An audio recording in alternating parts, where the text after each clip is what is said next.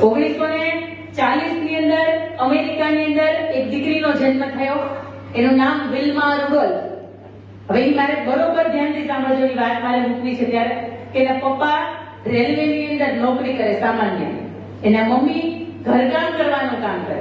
કોઈના અન્યના ઘરે જાય ને નાનું મોટું જે કંઈ પણ ગાર્ડન સાફ કરવાનું હોય કે ઘરકામ કરવાનું હોય, અમેરિકાની વાત છે. 1960 બન્યું એવું કે એ દંપતીને 22 સંતાનો અને એ પૈકીનું 20મું સંતાન એટલે વિલ્મા રુડોલ્ફ. આ વિલ્મા રુડોલ્ફનો જન્મ અધૂરા મહિને થયો, પણ સારવાર આપતા એ બચી ગઈ. દીકરી જ્યાં પણ જાય એટલે એને એવું કે તારી માતા તો 22 સંતાનોની માતા છે, જ્યાં હોય ત્યાં. એટલે ત્યારે દીકરીએ 4-5 વર્ષની ઉંમરમાં નક્કી કર્યું કે કોઈ પણ સંજોગોની અંદર અમારા 22 ભાઈ બહેનમાંથી 21 એનું જીવન ઘડે કે ન ઘડે, પણ હું 20મું સંતાન તરીકે એવું જીવન બનાવીશ કે મારા માતાની અને પિતાની ઓળખ જે 22 સંતાનોની માતા તરીકે ઓળખાય છે એની ટોટલી ઓળખ બદલી નાખીશ. સમય સંજોગ તો તમે જુઓ, કુદરતની વક્રતા તો તમે જુઓ. એ 4 વર્ષની થાય છે અને પોલિયો થાય છે, અને પોલિયોની અંદર ભયંકર તાવ આવે છે કે જેના લીધે ડાબો પગ ગુમાવી બેસે છે. ડાબો પગ ગુમાવી બેસે એટલે એક દિવ્યાંગ થઈ જાય, અને દિવ્યાંગતાની સાથે થોડી ઘણી સર્જરી થાય, ટ્રીટમેન્ટ થાય, અને એક પ્રકારના સ્પેશિયલ પ્રકારના શૂઝ પહેરાવવામાં આવે કે જેના લીધે થોડો કોઈનો સહારો લઈને ચાલતા શીખી. પણ એની મોટી બેન બાસ્કેટબોલ પ્લેયર હતી. જ્યારે એ બાસ્કેટ રમતી જોવે ત્યારે એને ફરીથી વિચાર આવે કે મારું જીવન આવી રીતે બેડ ઉપર કે કોઈનો સહારો લઈને ચાલવા માટે નથી થયું. મારું જીવન ખરેખર મારા મમ્મી કે પપ્પાનું એક નામ ઉજળું થાય અને મારા જીવનની અંદર એને હું એક અલગ ઓળખ અપાવી શકું. આ એટલા માટે મારું જીવન છે એ થયું છે, મારો જન્મ છે એટલા માટે થયું છે. ધીરે ધીરે કરતી 9 વર્ષની થાય એટલે પગની અંદરથી જે ધાતુની પ્લેટ હોય એ કઢાવી નાખે. દીકરી સહારા વગરની ચાલતા થઈ જાય. જે માણસને પોલિયો થયો હોય ને અને એમાં જે ડાબો આખો એક પગ ખોટો પડી ગયો ને માણસને કોઈના સહારાની જરૂર પડે. ધાતુની પ્લેટ કઢાવ્યા પછી આખરે 12 વર્ષની થાય ત્યારે મોટી બેન જે બાસ્કેટબોલ રમતી હતી એની સાથે સાથે પોતે જોઈને શીખે છે અને પોતે પણ એક શાળા કક્ષાની જે ચેમ્પિયનશિપ હોય એની અંદર બાસ્કેટબોલ રમતી થઈ જાય. એની અંદર પણ અવ્વલ આવે. આ પોલિયો થયેલી છોકરી, પણ ત્યારે હજી એમ થાય કે નહીં, આ તો મોટી બેન બાસ્કેટબોલ રમે છે, હું બાસ્કેટબોલ રમું છું, આમાં કઈ નવાઈ નથી. આમાં મારી માતાને કે મારા પપ્પાની ઓળખ છે એ બદલી ન શકું. આજે વિશ્વ મને બહુ સારી રીતે યાદ રાખે, મારી એવી મારું જે ચરિત્ર છે, એવું મારું વ્યક્તિત્વ છે એ કંડારવું છે. ત્યારે એ ફરીથી નક્કી કરે છે કે મારે દોડવું છે, મારે માત્ર આ બાસ્કેટબોલની ઝાડની અંદર નથી રહેવું, મારે દોડવું છે. અને ત્યારે ગામ આખું હશે કે પોલિયો થયેલી માણસ આ દોડવાનું નામ લે છે. નાની નાની મેરાથોનની અંદર એ ભાગ લે, ક્યારેક પડે, ક્યારેક છોલાય, ક્યારેક અથડાય, ક્યારેક ભટકાય, ક્યારેક સમાજનું લાંછન સહન કરે, ક્યારેક સમાજની ટીકા સહન કરે, પણ એ દોડે. ધીરે ધીરે કરતી આ મેરેથોનની અંદર એ અવ્વલ આવવા લાગી. એ નક્કી કર્યું, સ્વપ્ન જોયું કે મારે વિશ્વ ઓલિમ્પિકની અંદર પણ ભાગ લેવો છે. જે વ્યક્તિને પોલિયો થયો હોય એ વ્યક્તિ વિચારી ન શકો કે ક્યારે વિશ્વ ઓલિમ્પિકનું સ્વપ્ન પણ જોઈ શકે. અને આખરે 1980 ની અંદર રોમની અંદર રમાતી વિશ્વ ઓલિમ્પિકની અંદર એ વિલ્મા રુડોલ્ફે ભાગ લીધો. એની અંદર 3 ગોલ્ડ મેડલની સાથે એ અવ્વલ આવી અને આજે પણ દુનિયા એને ફાસ્ટેસ્ટ વુમનની અંદર હિસ્ટ્રી તરીકે ઓળખે છે. જે એક સ્ત્રીએ, એક દીકરીએ નક્કી કર્યું કે મારે મારા માવતરની ઓળખ બદલવી છે, અને તમે એવું વ્યક્તિત્વ કંડાર્યું કે તમારા લીધે તમારા માવતરની ઓળખ બદલાય, તો હું એવું માનું છું કે સાચી માવતર પૂજા થઈ. આ માવતર પૂજા છે, કારણ કે મા બાપ એટલા છે. એવું એક અધકેરું પરિવાર સમાજ માટે તો ઠીક, લેવા પડેલ સમાજ માટે તો ઠીક, પણ આખું ભારત વર્ષ જેને ગર્વભેર યાદ કરી શકે એવું એક અધકેરું નામ એટલે સરદાર વલ્લભભાઈ પટેલ. અને સરદાર વલ્લભભાઈ પટેલ એટલે એક એવા જનૂની વ્યક્તિ કે જેની પાસે 52 દિવસનો સમયગાળો હતો અને 562 રજવાડાઓ ભેગા કરવાના હતા, અને એ પૈકીના 222 તો માત્ર સૌરાષ્ટ્રના હતા. અને એમની નાનકડી ઢીંગલી, એમની નાનકડી દીકરી એટલે મણીબેન. બહુ ગર્વની વાત છે કે સુરતની અંદર જ્યારે તમે અંદર એન્ટર થાવ છો ને ત્યારે મણીબેન ચોક અત્યારે કાંજીભાઈ બાલાણી બનાવી રહ્યા છે કે મણીબેનનું એક એવું અત્યારનું વ્યક્તિત્વ હતું કે આજની તેઓ દીકરી એને રોલ મોડેલ તરીકે ચાલે ને તો એના વિશ્વની અંદર ક્યાંય પાછી ન પડે. 7 વર્ષના મણીબેન હતા અને 4 વર્ષનો એનો નાનો ભાઈ એટલે દીકરો ડાયો ભાઈ. અને સરદાર સાહેબની ઉંમર કદાચ 33 વર્ષની હતી અને ત્યારે પોતે વિધુર થયા.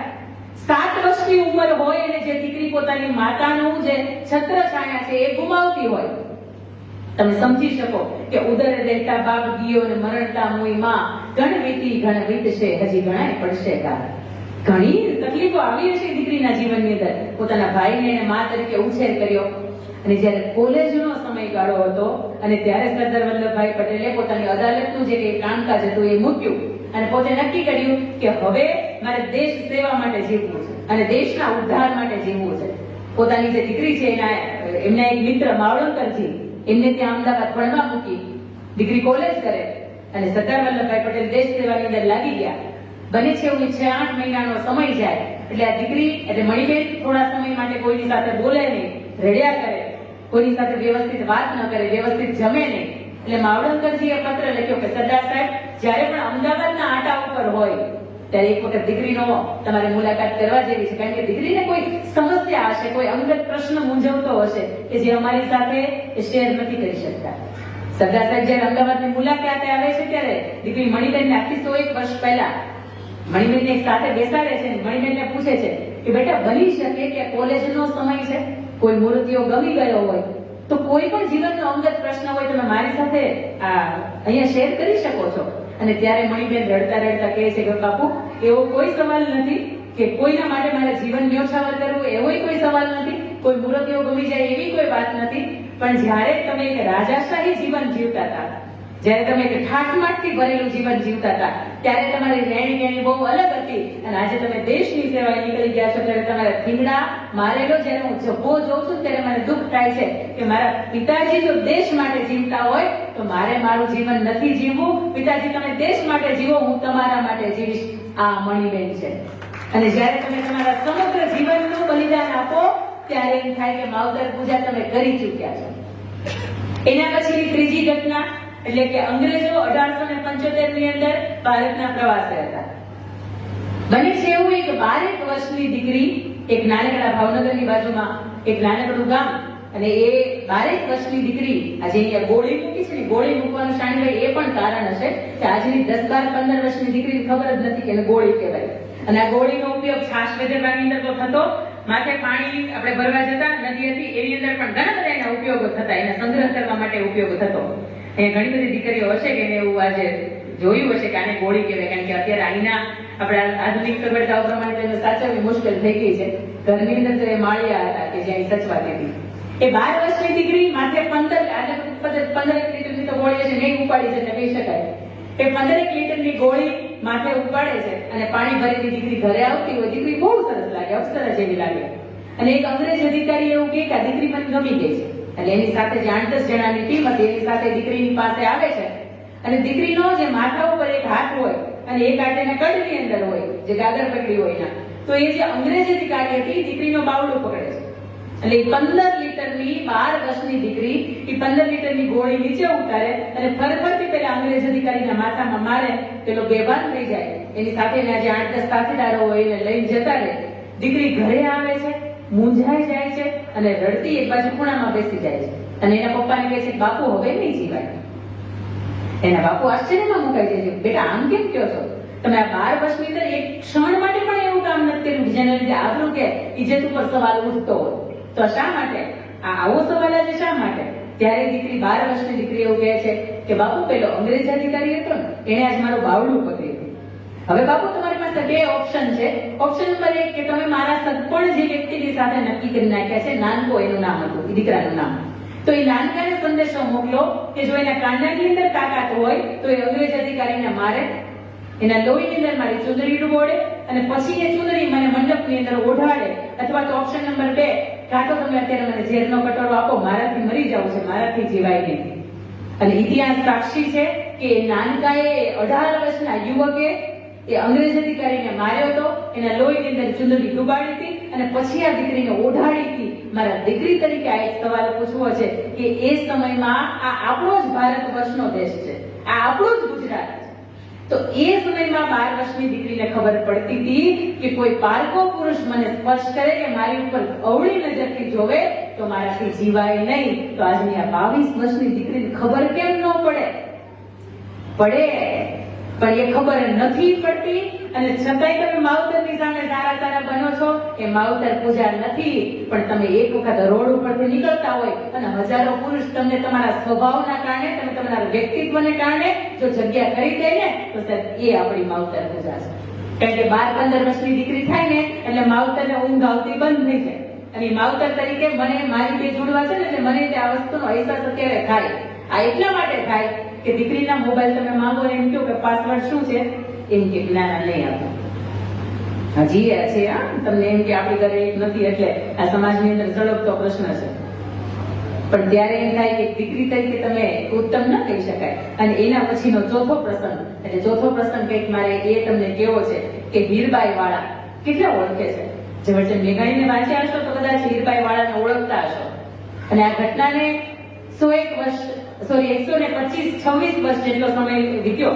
અમરેલી જિલ્લાનું એક નાનકડું ગામ લાખાપાદર, અને કદાચ તમારે મારા ભણવાની અંદર પણ આ વાત આવી છે. અને આ લાખાપાદર અને ધારગલી ગામની વચ્ચે એક શેલ નદી, ધારગલીના રૂપિયા અને શેલ નદી વચ્ચે એક જ જાય, બાકી લાખાપાદરની સાથે મારો સીધો સંબંધ છે.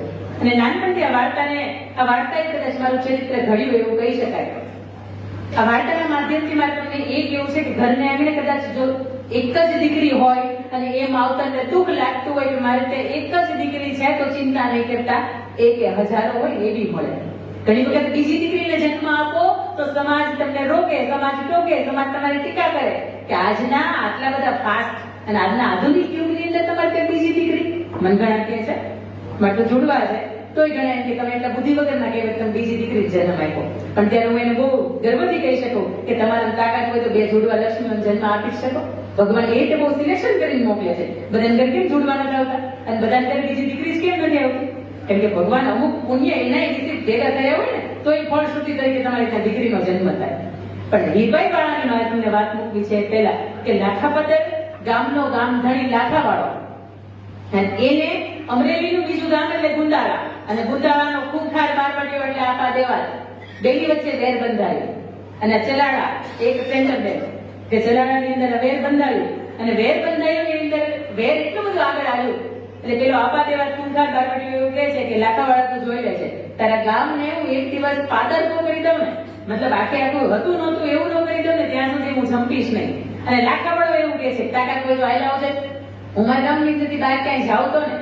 આ વાતને વર્ષો વીતી જાય છે. દીકરી જાણે છે કે મારા બાપુને આવું કોઈની સાથે વેર બંધાયેલ છે. બને એવું કે એક વખત કોઈનું ગામતરું થાય અને ત્યાં લાખાવાળાને જવું હોય, ફરજિયાત પડે થઈ ગયું હોય. લાખાવાળો જેવો જાય અહીંયા પાછળ આપા દેવાતને ખબર પડે કે લાખાવાળો ગામની અંદર હવે હાજર નથી. અને ત્યાં એમ ઘરે ક્યાં અમે દીકરા છે કે એને કોઈક જાય, એને કોઈ ટેકો આપવા વાળો હશે, એને ગામે દીકરી છે કે આપા દેવાત પોતાની આખી ફોજ લઈને આવે છે, ગામને ધ્વસ્ત કરી નાખે છે, ગામની અંદર જેટલી પણ સત્તા સંપત્તિ માલ મિલકત હોય લૂંટી લે છે, અને ગામના ઢોર મિલકત માલ જેટલું પણ હોય લૂંટી ગયો છે, અને પોતે એકલો વધે અને વિચારે છે કે હવે હું આ લાખાવાળાના આંગણાની અંદર જઈશ અને ત્યાં જઈને એની કોઈ ગમતી વસ્તુ છે ને એ હું લઈ આવીશ, એટલે હું જાહેરમાં કહી શકું કે હું લાખાપાદર ગામની અંદર ગયો તો, લાખાપાદરને મેં ભાંગ્યું હતું અને લાખાવાળાના ઘરે જઈને એની ગમતી વસ્તુ, જેની અતિ પ્રિય વસ્તુ છે હું લઈને વહી આવ્યો, એટલે સમાજની અંદર મારી વાહ થશે. અને ખૂંખાર બારવટીઓ આ બાજુથી લાખાવાળો હોય ને આવે છે, એના આંગણાની અંદર આવે છે, જુએ છે કે નાનકડો એવો એનું વાછરડું હોય ને, ગાયનું વાછરડું એ બાંધ્યું હોય. આ વાછરડું કે લાખાવાળાને બહુ પ્રિય છે, અને એના જ ઘરના આંગણેથી જો હું વાછરડું લઈને જતો રહીશ તો મને સમાજ છે એવું કહે છે કે હા આ વેર છે એ શમ્યું ખરા. પોતે પોતાનું ભાલું દિવાલના થાંભલીના ટેકે મૂક્યો છે અને હળવેક બેન પોતે પાછળ જે નાનકડું વાછરડું બાંધ્યું હોય ને છોડતો હોય. આ બાજુથી 14-15 વર્ષની દીકરી હીરબાઈ વાળા જુએ છે, જરી કેવું દરવાજો ખોલે કે શું કરે છે. તમારી મારે ઘરની આંગણે દીકરી હોય એટલે આવી સિચ્યુએશન આપણા ઘરની અંદર આવે એટલે દીકરી ગામ આખાની અંદર જાહેર કરે કે કોઈ બચાવો બચાવો.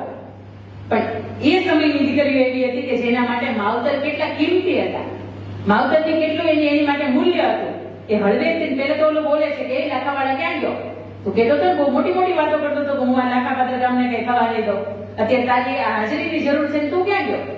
આ દીકરી બધું સાંભળે છે, પણ હળવેથી પેલો જે એક બાજુ થાંભલીના ટેકે પોતાનું ભાલું છે ટેકાવી નીચે બેસે છે, જેવો વાછડો છોડતો હોય પાછળથી હીરબાઈ વાળા ધડ કરતી આવે છે, એનું ભાલું લે છે અને પાછળથી ભોંકાવે છે અને એને એ ધૂળ ચાટતો કરી દે છે. એટલું જ નહીં સાહેબ, એને અંદર લે છે, એને મારે છે, એને કટકા કરે છે અને એની ગાંસડી ભરીને રૂમની અંદર રાખી મૂકે. સાંજે મારા બાપુ આવશે તો મારે જવાબ દેવા થાય કે આના ગામને તો ન બચાવી શકી પણ આ એકને મેં જવા નથી દીધો.